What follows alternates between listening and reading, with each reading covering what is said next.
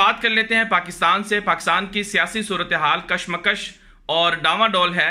यही वजह है कि हम देख रहे हैं कि आए रोज़ खबरें आती रहती हैं कि आसिफ अली जरदारी गिरफ्तार हो रहे हैं, नवाज शरीफ को NRO मिल रहा है। तो अब खबरें गर्दिश कर रही हैं कि मियाँ शहबाज शरीफ साहब जो पाकिस्तान के मुस्लिम लीग नून के अपोजिशन लीडर भी हैं, वो लंदन में उनका क़याम तवील हो गया और कहा जा रहा है कि इसलिए तवील हुआ है, वो पाकिस्तान वापस नहीं आ रहे क्योंकि वो NRO करने जा रहे हैं। और शरीफ फैमिली और आसिफ अली जरदारी ये 20-20 अरब डॉलर से ज़ायद की जो रकम है वो देकर जो मुकदमात हैं उनसे मुआफ़ी हासिल करना चाहते हैं।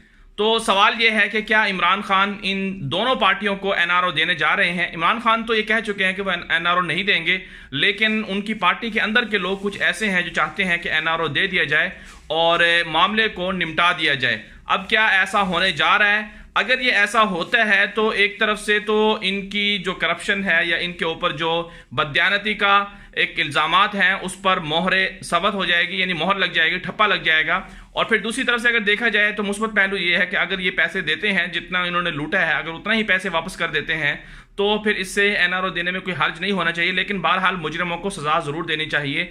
अगर NRO दिया जाता है तो इसका मतलब ये होगा कि बाद वाले मुजरिमों को भी एक मौका मिल जाएगा कि वो जुर्म करें और फिर बाद में माफ़ीनामा या सुलह सफाई करके अपनी जान छुड़वा लें। लेकिन इमरान खान की हुकूमत अगर इस तरह करती है और फिर साथ साथ उनसे पैसे अगर वापस नहीं निकलवा सकती तो इसका मतलब है कि वो हुकूमत भी नाकाम होगी और फिर उनका मुस्तकबिल भी हमेशा हमेशा के लिए ख़त्म हो जाएगा।